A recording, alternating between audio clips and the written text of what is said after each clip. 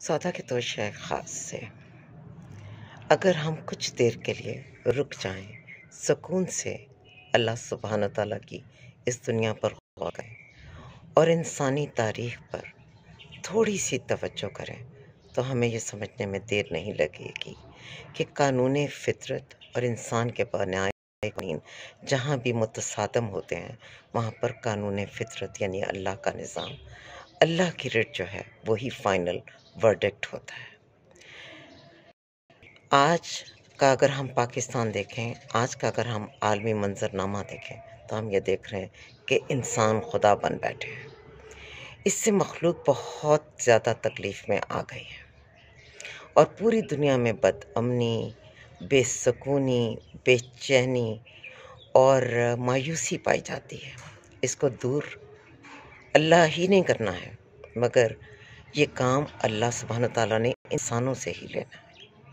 हम कब तक अपनी ज़ाती अनाओं, अपने इख्तलाफात, अपनी नापसंदीदगियों, अपनी नफ़रतों, अपने इंतहाई जज्बात से दूसरों की ज़िंदगियाँ तबाह कर सकते हैं?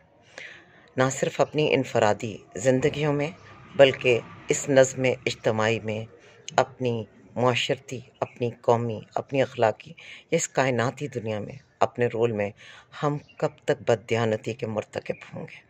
बेहतर ये नहीं कि हम सबसे बड़ी ताकत अपने रब के हुज़ूर सरेंडर कर दें और बंदगी में उसकी अताअत के रास्ते पर चल पड़ें।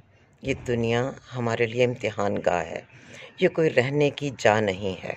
हम जो बोएंगे वो काटेंगे, यहाँ ना सही वहाँ सही, वो भी इसी दुनिया की कॉन्टिन्यूटी है एक दूसरे जहान में।